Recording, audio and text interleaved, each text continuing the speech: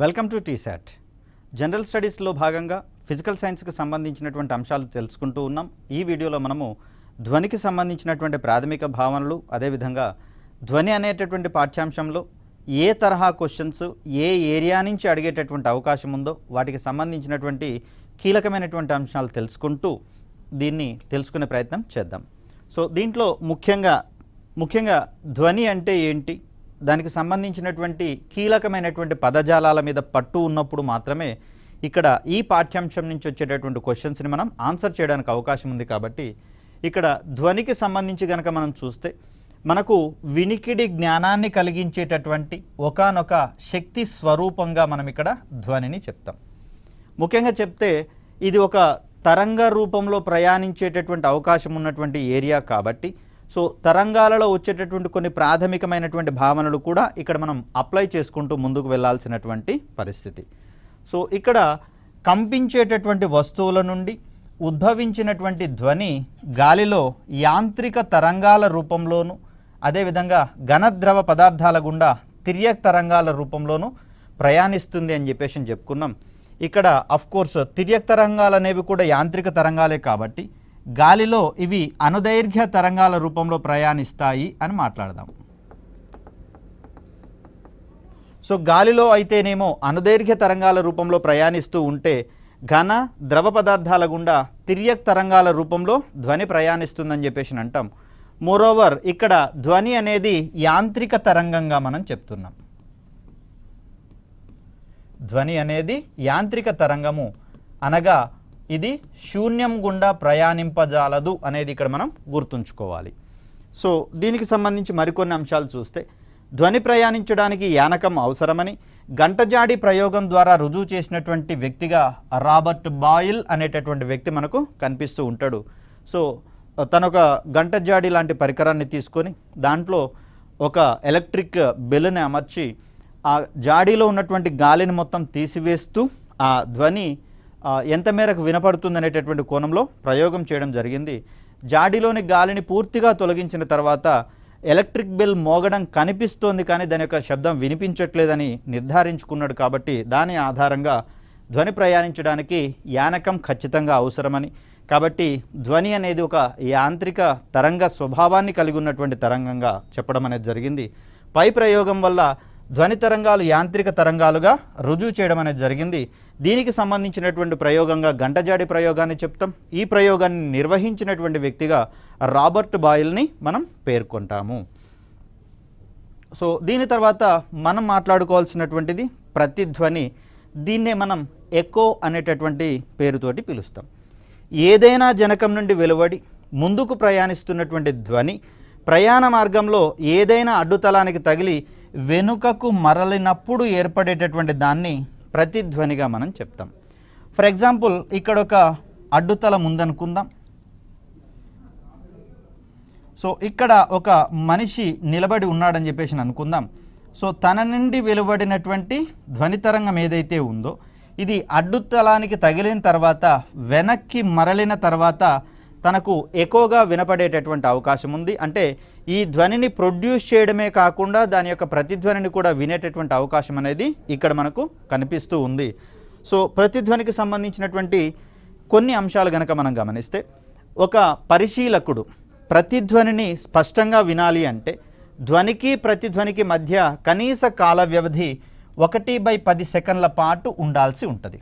అంటే ఒక శబ్దం వెలువడిన తర్వాత 1/10 సెకండ్ల తర్వాత ఆ ప్రతిధ్వని గనక చెవిని చేరినట్లయితే ఆ శబ్దం యొక్క డిఫరెన్స్ని పరిశీలకుడు ఖచ్చితంగా వినేందుకు అవకాశం ఉంటుంది. అలా కాకుండా ధ్వని వెలువడిన తర్వాత ప్రతిధ్వని 1/10 సెకండ్ల కాలం లోపలనే గనక తన యొక్క చెవిని చేరినట్లయితే అక్కడ ప్రతిధ్వనిని తను గుర్తించేటటువంటి అవకాశం ఉండదు. ఇక్కడ ధ్వని జనకానికి మరియు పరావర్తన స్థానానికి మధ్య కనీస దూరం అనేది 16.5 మీటర్లు ఉండాల్సినటువంటి అవసరం ఉంది.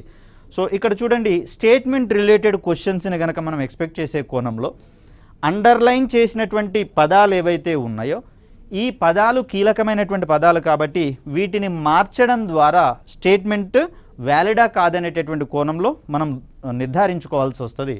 సో 1/10 సెకండ్ల కన్నా వేరే ఏ నెంబర్ ఉన్నా కూడా అక్కడ అది స్టేట్మెంట్ ఇన్వాలిడ్ అయ్యేందుకు అవకాశం ఉంది.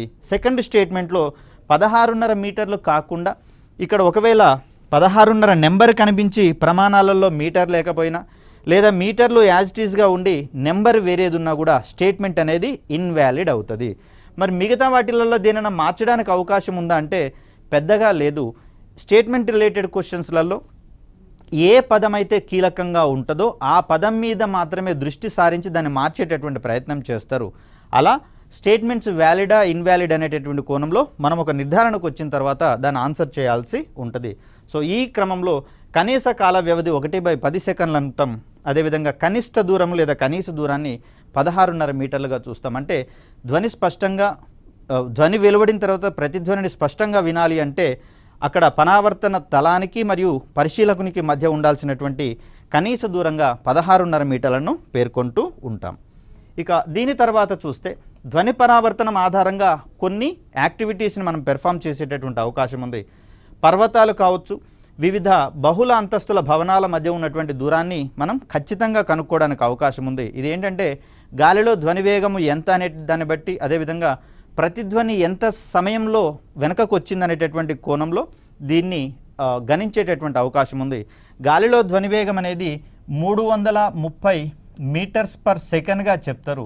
సో ఆ క్రమంలో ఇది v అవుతుంది. ఇక్కడ మనకు ఎకో ఎంతసేపట్లో వచ్చిందో టైంని గణించిన తర్వాత మనకు d = v/t అనేటటువంటి ఫార్ములా ఆధారంగా ఆ రెండు పర్వతాల మధ్య కావచ్చు, బహుళంతస్తుల భవనాల మధ్య కావచ్చు దూరాన్ని కనుక్కునేటటువంటి ప్రయత్నం చేస్తాం. యాక్చువల్గా దూరాన్ని కనుక్కోవడానికి అనేకమైనటువంటి ఉపకరణాలు ఉన్నాయి. స్కేల్ కావచ్చు, అదేవిధంగా టేప్ లాంటివి మనకి ఇక్కడ ఉన్నాయి. కానీ వాటి ద్వారా కొలిసినప్పుడు అంతకు మించినటువంటి దూరాలు కనుక ఉంటే ఈ సూత్రం ఆధారంగా ఆ మధ్య దూరాన్ని కనుక్కునే ప్రయత్నం చేస్తారు. అదేవిధంగా బావులు, గనుల వంటి వాటి లోతును కనుక్కోవచ్చు. అంటే ధ్వని ప్రొడ్యూస్ కావడము, ప్రతిధ్వని వినడము, ఈ రెండింటి యొక్క అంశాల ఆధారంగా వీటి యొక్క లోతును కనుక్కోవచ్చు. సముద్రాల లోతును కనుగొనడంతో పాటుగా సముద్రాలలో మునిగిపోయినటువంటి పడవలు, ఓడలు మొదలైనటువంటి వాటి యొక్క ఉనికిని కనుక్కునేటటువంటి ప్రయత్నం చేయవచ్చు. మరి ఈ ప్రక్రియనే మనము సోనార్ అనేటటువంటి టెక్నాలజీగా మనం చెప్తాం. దీన్నే మనం సౌండ్ నావిగేషన్ అండ్ రేంజింగ్గా మనం చెప్తాం. Sound navigation and ranging, sonar. So దీంట్లో ఒక శబ్దాన్ని సముద్రం యొక్క ఉపరితలం నుంచి సముద్రం లోపలికి విడుదల చేయడం అనేది జరుగుతుంది. సముద్ర తలాన్ని తాకిన తర్వాత ప్రతిధ్వని వెనక్కి మల్లుతుంది కదా, ఆ సందర్భంలో అది ఎంతసేపట్లో వెనుకకు వచ్చింది, సముద్రపు నీటిలో ధ్వనివేగం ఎంతుంది, ఈ రెండు అంశాల ఆధారంగా ఆ సముద్రాల యొక్క అడుగు భాగం ఎంత దూరంలో ఉందనేది తెలుసుకోవచ్చు. తద్వారా అక్కడ మునిగిపోయినటువంటి పడవలు కావచ్చు, ఓడలు కావచ్చు, సబ్మెరైన్స్ కావచ్చు, వాటి యొక్క ఐడెంటిటీని కనుక్కునే ప్రయత్నం చేస్తాం. సో ఇక్కడ పరావర్తనానికి సంబంధించినటువంటి మరొక కోణం ఏంటి అంటే బహుళ పరావర్తనం. అంటే ఒక మాధ్యమంలో ధ్వని తరంగాలు ఒకటి కంటే ఎక్కువ సార్లు పరావర్తనం చెందేటటువంటి ధర్మాన్ని మనం బహుళ పరావర్తనం అంటాం. స్టెథోస్కోప్ లాంటి వాటిలలో ధ్వని యొక్క బహుళ పరావర్తనం కనిపిస్తుంది. కాబట్టి ఈ క్రింది వానిలో బహుళ పరావర్తనం ధర్మం ఆధారంగా పనిచేసేటటువంటి వస్తువులు ఏవి లేదా కానివేవి అనేటటువంటి కోణంలో క్వశ్చన్ ఎక్స్పెక్ట్ చేయవచ్చు. పరావర్తన తలాల మధ్య ధ్వని అనేక మార్లు పరావర్తనం చెందడాన్ని బహుళ పరావర్తనంగా చెప్తాం. సో ఏ పరికరాలలో బహుళ పరావర్తనం ఏర్పడుతుందనే కోణంలో క్వశ్చన్స్ని ఎక్స్పెక్ట్ చేయవచ్చు.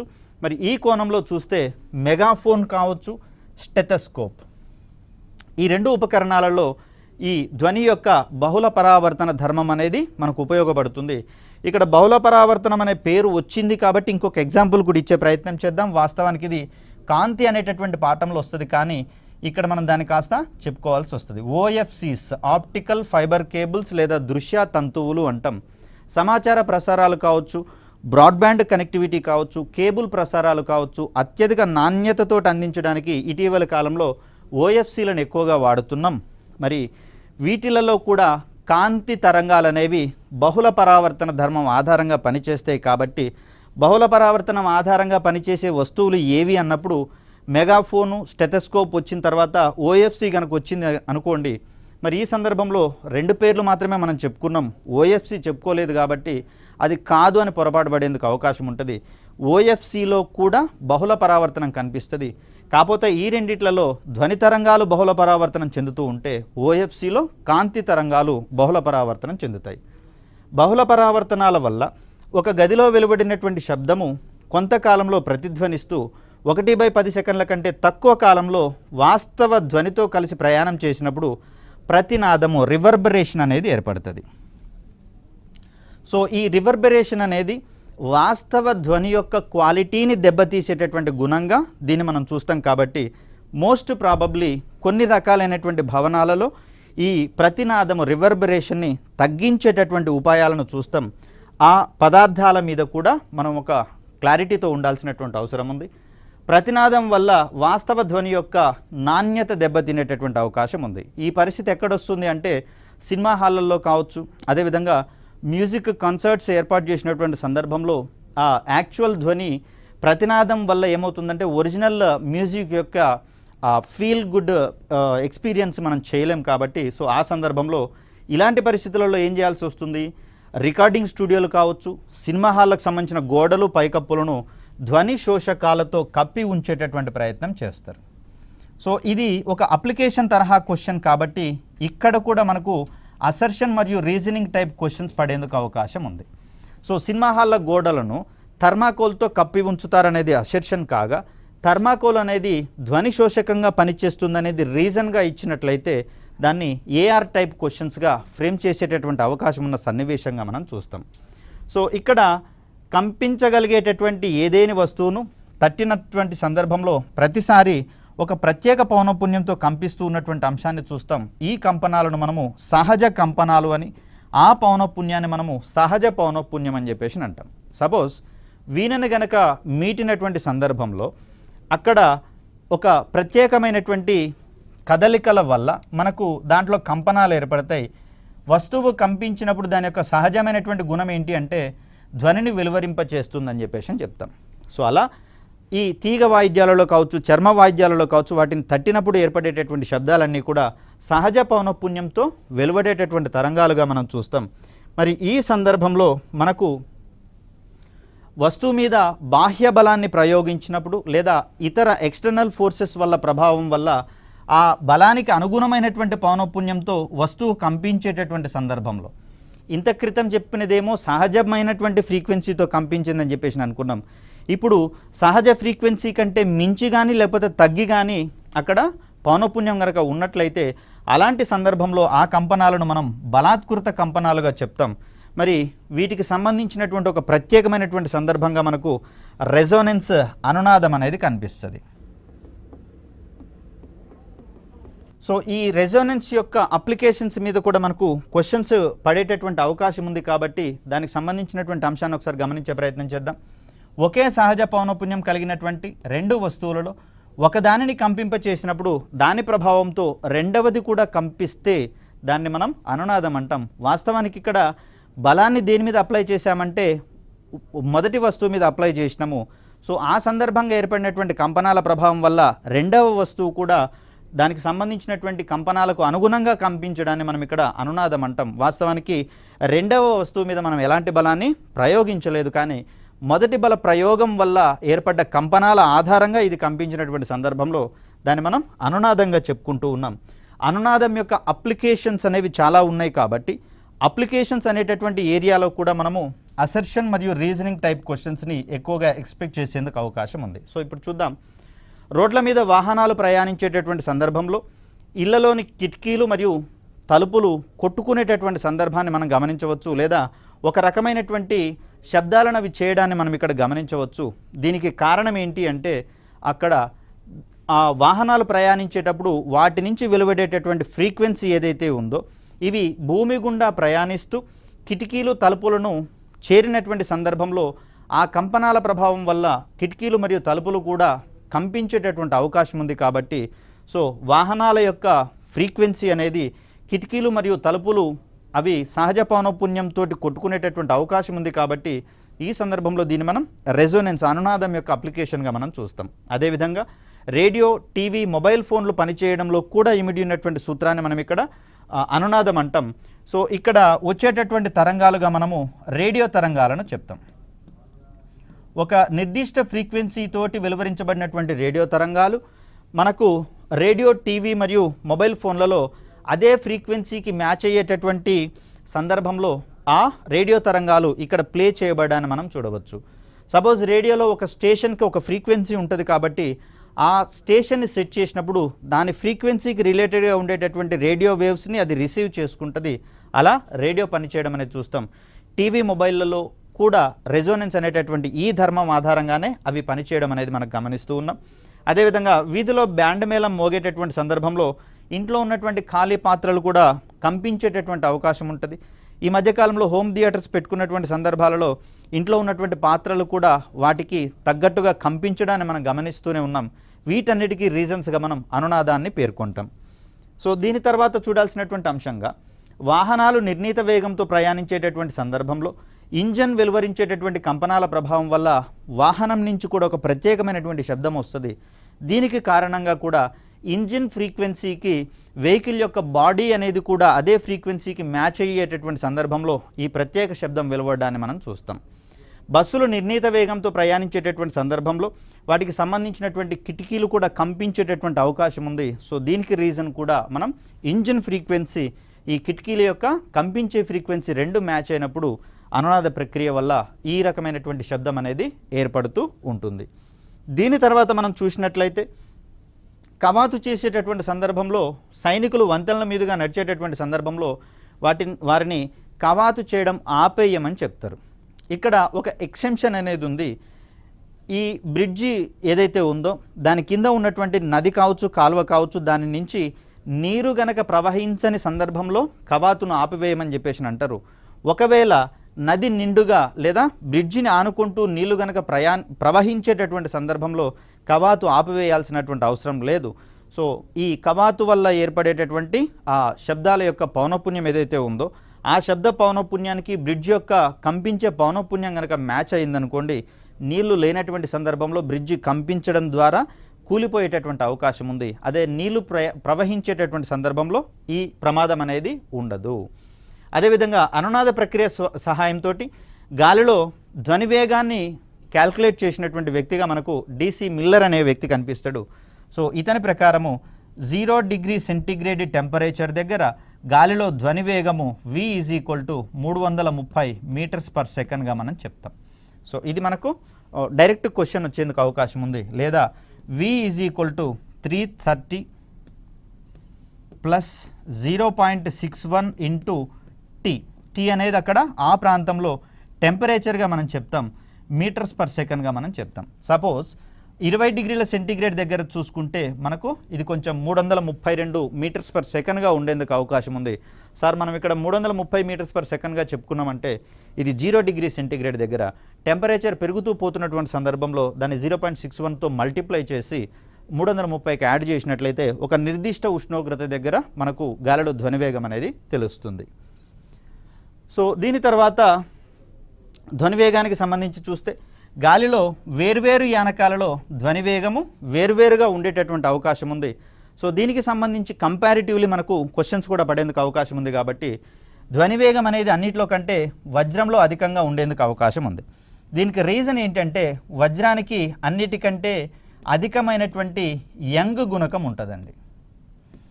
సో యంగ్ గుణకం అత్యధికంగా ఉన్నటువంటి వస్తువులకు ధ్వనివేగం అధికంగా ఉంటుంది కాబట్టి దీన్ని మనం అలా చూస్తాం. ఇక వాయువుల విషయానికి వచ్చేసరికల్లా ధ్వనివేగము హైడ్రోజన్లో అత్యధికంగా ఉండేటటువంటి అవకాశం ఉంది. బట్ గాలిలో హైడ్రోజన్ వాయువు ఒక్కటే కాకుండా నీటి ఆవిరి, కార్బన్ డైఆక్సైడ్, నైట్రోజన్ ఇట్లాంటి వాయువులు కూడా ఉన్నాయి. కాబట్టి ఆ సందర్భంలో గాలిలో ధ్వనివేగం అనేది హైడ్రోజన్లో ఉన్నటువంటి వేగం కంటే తక్కువగా క్యాల్కులేట్ చేస్తాం. గాలి అనేది విభిన్న వాయువుల మిశ్రమం కాబట్టి. సో గాలిలో ధ్వనివేగానికి సంబంధించి మరి పరిశోధనలు చేసినటువంటి వ్యక్తులుగా DC మిల్లర్తో పాటుగా సర్ ఐజాక్ న్యూటన్ కూడా మనకు కనిపిస్తాడు. తన ప్రకారము V =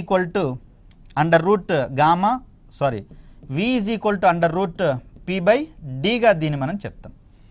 సో ఈ సందర్భంలో మనం గమనిస్తే P అనేది మనకు లవం పార్ట్లో ఉంది, D అనేది మనకు హారం పార్ట్లో ఉంది. సో D అంటే మనం సాంద్రత అని చెప్తాం.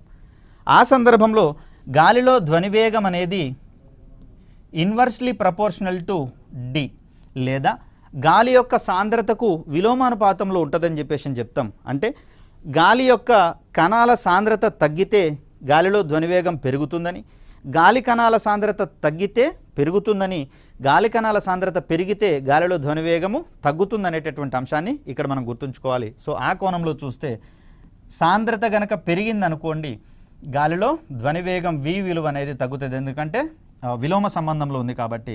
ఒకవేళ d విలువ గనక తగ్గిందనుకోండి ఆ సందర్భంలో గాలిలో ధ్వని వేగం అనేది పెరిగేటటువంటి అంశాలుగా మనం చూస్తాం.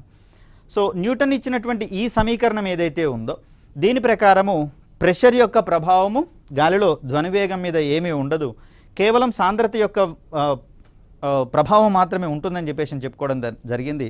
మరి అలాంటి సందర్భంలో ఘన, ద్రవ, వాయు పదార్థాలన్నింటిలలో సమానమైనటువంటి వేగాన్ని కలిగి ఉండాల్సి వస్తుంది. మరి ఆ సందర్భంలో ఈ ఈక్వేషన్లో కొన్ని లోటుపాట్లు ఉన్నాయి కాబట్టి దాన్ని సవరించినటువంటి శాస్త్రవేత్తగా మనకు లాప్లాస్ అనేటటువంటి వ్యక్తి కనిపిస్తాడు. సో వీరిద్దరి కలయిక వల్ల ఆవిర్భవించినటువంటి కొత్త సూత్రాన్ని మనము న్యూటన్ లాప్లాస్ ఈక్వేషన్ అంటాం. దీన్నే v √γ p/dగా మనం చెప్తాం. ఇక్కడ గామా అనేది వాయువుల యొక్క విశిష్టోష్ణంగా మనం చెప్తాం. సో ఆ సందర్భంలో వేర్వేరు వాయువులకు వేర్వేరు విశిష్టోష్ణాలు ఉంటాయి కాబట్టి వేర్వేరు వాయువులలో ధ్వని వేగాలు డిఫరెంట్గా ఉంటాయి అనేటటువంటి ఆస్పెక్ట్ని ఇక్కడ మనం అర్థం చేసుకోవచ్చు. అదేవిధంగా d విలువ అనేది హారం పార్టులో ఉంది, డినామినేటర్గా ఉంది కాబట్టి ఈ క్రమంలో సాంద్రత యొక్క ప్రభావము విలోమంగా ఉంటుంది గాలిలో ధ్వని వేగానికి అనేది గుర్తుంచుకోవాలి. గాలిలో ధ్వని వేగము వివిధ వాయువుల విశిష్టోష్ణంపై ఆధారపడి ఉంటుంది కాబట్టి వేర్వేరు వాయువులలో గాలిలో ధ్వని వేగం అనేది వేర్వేరుగా ఉంటుందనేది చూసుకుంటాం. సో గాలిలో కంటే నీటిలో ధ్వని వేగము 5 రెట్లు ఎక్కువగా ఉంటుంది. మోస్ట్ ప్రాబబ్లీ ఇక్కడ కనుక మనం గమనిస్తే అన్నిటికంటే ఘన పదార్థాలలో ధ్వని వేగం అధికంగా ఉంటుంది. దీనికంటే తక్కువగా ఘన పదార్థాలలో ధ్వని వేగం ఎక్కువగా ఉంటుంది. వీటి తర్వాత ద్రవ పదార్థాలు, వీటికంటే మనకు వాయు పదార్థాలు. సో అన్నిటికంటే కనిష్టంగా ధ్వని వేగం అనేది వాయువులలో కనిపిస్తుంది. సో అత్యధికంగా ఘన పదార్థాలలో కనిపిస్తుంది, మధ్యస్థంగా ద్రవాలలో ఉండేటటువంటి అంశంగా మనం చూస్తాం. సో ఈ సందర్భంలో ఒకవేళ గాలిని కావచ్చు, నీటిని కావచ్చు, అదేవిధంగా ఉక్కు, వీటికి సంబంధించినటువంటి క్రమాన్ని కనుక ఆరోహణ లేదా అవరోహణ క్రమాలలో ఇచ్చేందుకు అవకాశం ఉంటుంది. అత్యధికంగా ఉక్కులో ఉంటుంది, అత్యల్పంగా గాలిలో ఉంటుంది, మధ్యస్థంగా నీటిలో ఉంటుంది. కాబట్టి ఆరోహణ క్రమం విషయానికి వస్తేనేమో గాలి, నీరు, ఉక్కు చెప్తాం. అవరోహణ క్రమం విషయానికి వస్తే ఉక్కు, నీరు, గాలిని మనం పేర్కొనాల్సి వస్తుంది. సో అలా వరుస క్రమాన్ని కూడా కంపారిటివ్లీ అడిగేటటువంటి అవకాశం ఉన్న ఏరియా ఇదనమాట. సో దీని తర్వాత మనం చూస్తే ఒక్కొక్క యానకంలో ఎంత వేగం ఉందనేది ఒకసారి గమనిస్తే ఇదంతా 0 డిగ్రీ సెంటీగ్రేడ్ దగ్గర మనం చూస్తున్నటువంటి అంశాలు. సో ఇక్కడ రాగి విషయానికి వచ్చేసరికల్లా 3560 మీటర్స్ పర్ సెకండ్ ధ్వనివేగం అనేది ఉంటుంది. అదేవిధంగా ఉక్కుని గనక గమనిస్తే 5000 మీటర్స్ పర్ సెకండ్ గమనిస్తూ ఉన్నాం. సో గాజుకు సంబంధించి 5640, అల్యూమినియంకి వచ్చేసరికల్లా 6420, వజ్రంకి వచ్చేసరికల్లా 12000 మీటర్స్ పర్ సెకండ్ వేగం అనేది ఇక్కడ మనం చూస్తూ ఉన్నాం ధ్వని వేగానికి సంబంధించి. మరి ఆ క్రమంలో ఇక్కడ కూడా మనం ఒక వరుస క్రమాన్ని ఎక్స్పెక్ట్ చేసేటటువంటి క్వశ్చన్ని కూడా చూడవచ్చు. సో అన్నిటికంటే గరిష్టంగా ఉన్నది మనకు వజ్రము, ఎందుకంటే మిగతా పదార్థాలన్నిటితో కంపేర్ చేస్తే వజ్రం యొక్క యంగ్ గుణకము అనేది ఎక్కువగా ఉంటుంది కాబట్టి సో దానికి సంబంధించినటువంటి అంశంగా చూస్తాం. ఇక ద్రవయానకాల విషయానికి వచ్చేసరికల్లా సో దీంట్లో మానవ రక్తంలో ఇక్కడ సాధారణ శరీర ఉష్ణోగ్రత వద్ద ఈ వేగం అనేది వస్తుంది. సో ఆల్కహాల్ విషయానికి వచ్చేసరికల్లా 1213 మీటర్స్ పర్ సెకండ్, పాదరసం విషయానికి వచ్చేసరికల్లా 1450, నీటి విషయానికి వచ్చేసరికల్లా 1493, సముద్రపు నీటి విషయానికి వచ్చేసరికల్లా 1533 మీటర్స్ పర్ సెకండ్. ఇంత క్రితం మనం మాట్లాడుకున్నాం సోనార్ అనేటటువంటి ప్రక్రియ ద్వారా. సో ఇక్కడ సముద్రపు నీటిలో ధ్వనివేగం మనకు తెలుసు. ఆ ప్రతిధ్వని అనేది ఎంత సమయంలో మనల్ని చేరిందో గమనించుకొని ఆ సమయాన్ని ఇక్కడ సముద్రపు నీటిలో వేగంతో మల్టిప్లై చేసినప్పుడు మనకు అక్కడ దూరం అనేది తెలుస్తుంది, సముద్రాల యొక్క లోతు అనేది తెలిసేందుకు అవకాశం ఉంది. అదేవిధంగా మానవ రక్తంలో కనుక గమనిస్తే 1570 మీటర్స్ పర్ సెకండ్. ఈ కోణంలో మనకు ద్రవయానకాలలో అన్నిటికంటే కూడా మానవుని యొక్క రక్తంలోనే ధ్వనివేగం అనేది అత్యధికంగా కనిపిస్తూ ఉంది. సో దీని తర్వాత వాయు యానకాలకు సంబంధించి కనుక మనం గమనిస్తే కార్బన్ డైఆక్సైడ్లో 260 మీటర్స్ పర్ సెకండ్, గాలిలో ఇది 0 డిగ్రీ సెంటీగ్రేడ్ దగ్గర అనుకున్నాం కాబట్టి 330 మీటర్స్ పర్ సెకండ్ కనిపిస్తుంది. నీటి ఆవిరిలో 405 మీటర్స్ పర్ సెకండ్. హైడ్రోజన్ విషయానికి వచ్చేసరికల్లా అత్యధికంగా 1269 మీటర్స్ పర్ సెకండ్ వేగం అనేది మనకి ఇక్కడ కనిపిస్తూ ఉంది. సో అలా వీటిని మనం కంపారిటివ్లీ చూసుకోవాల్సినటువంటి అవకాశం ఉన్న ఏరియాగా మనం చూస్తాం. వేటిలో ఎక్కువ ఉంది, వేటిలో తక్కువ ఉంది అనేటటువంటి కోణంలో ఇక్కడ మనం క్వశ్చన్స్ని ఎక్స్పెక్ట్ చేసేందుకు అవకాశం ఉంది.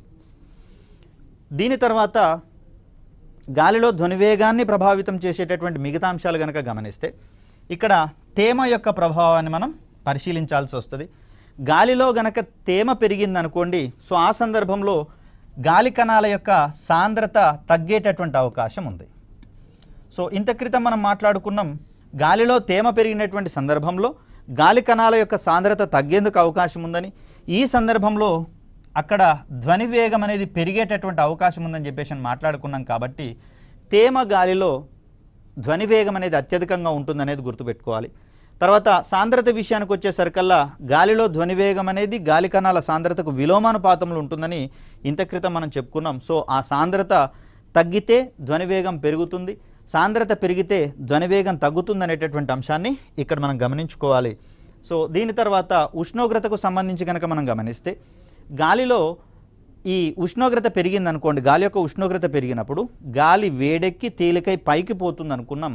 ఈ సందర్భంలో గాలిలో ఈ గాలి కణాల యొక్క సాంద్రత అమాంతం తగ్గేటటువంటి అవకాశం ఉంది. కాబట్టి ఈ సందర్భంలో గాలిలో ధ్వనివేగం పెరిగేటటువంటి అవకాశం ఉంది. సో టెంపరేచర్కి ధ్వనివేగానికి మధ్యలో అనులోమానుపాతం అని చెప్పేసి అనుకుంటున్నాం. T is directly proportional to V. కాబట్టి ఉష్ణోగ్రత పెరిగినటువంటి సందర్భంలో మనకు ఇక్కడ ధ్వనివేగం పెరుగుతుందని, ఉష్ణోగ్రత తగ్గుతున్నటువంటి సందర్భంలో మనకు గాలి కణాల యొక్క సాంద్రత ఎక్కువగా ఉండే అవకాశం ఉంది. కాబట్టి ఈ సందర్భంలో మనము గాలిలో ధ్వనివేగం కూడా తగ్గేటటువంటి అవకాశం ఉందని చెప్తాం. కాకపోతే ఇక్కడ ఈ సందర్భంలో తేమ యొక్క ప్రభావం గనక ఎక్కువగా ఉన్నప్పుడు ఈ విలువ మారేటటువంటి అవకాశం ఉంది. ఇక్కడ తేమ యొక్క ప్రభావం లేకుండానే ఉష్ణోగ్రత ప్రభావాల గురించి మాట్లాడుకుంటున్నాం కాబట్టి ఈ రకమైనటువంటి ఎక్స్ప్లెనేషన్గా మనం చెప్తాం. ఇక్కడ చూడండి, ఒక క్యాల్కులేషన్, ఉష్ణోగ్రత అనేది 1 డిగ్రీ సెంటీగ్రేడ్ పెరిగితే ఇక్కడ ధ్వనివేగం అనేది 0.61 మీటర్స్ పర్ సెకండ్ పెరిగేటటువంటి అవకాశం ఉన్నటువంటి అంశంగా మనం చూస్తూ ఉన్నాం. దీని తర్వాత మనం చెప్పుకోవాల్సింది పీడనానికి సంబంధించి.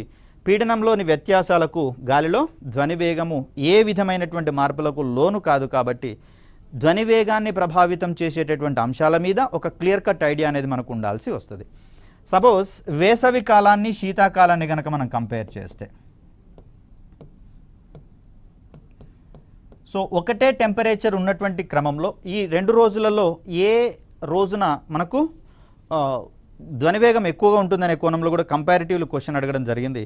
ఫర్ సపోజ్ ఒక రోజున 30 డిగ్రీల సెంటీగ్రేడ్ వేసవిలో ఉంది, శీతాకాలంలో కూడా అదే టెంపరేచర్ నమోదైనటువంటి సందర్భంలో మరి ఇక్కడ వేసవి పరిస్థితులలో అయితేనేమో గాలిలో తేమ తక్కువగా ఉంటుంది, శీతాకాలం విషయానికి వచ్చేసరికి గాలిలో తేమ ఎక్కువగా ఉంటుంది. కాబట్టి మరి మనం ఇంత క్రితమే మాట్లాడుకున్నాం, వాయువులలో ధ్వనివేగం అనేది తక్కువ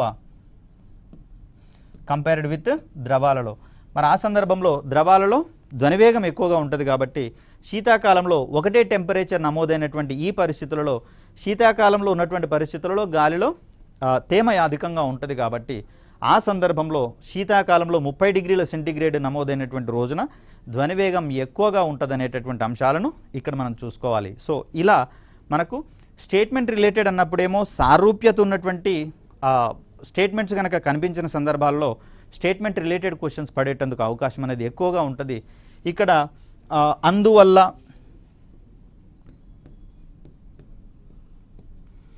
ఆ కారణంగా, దాని ఫలితంగా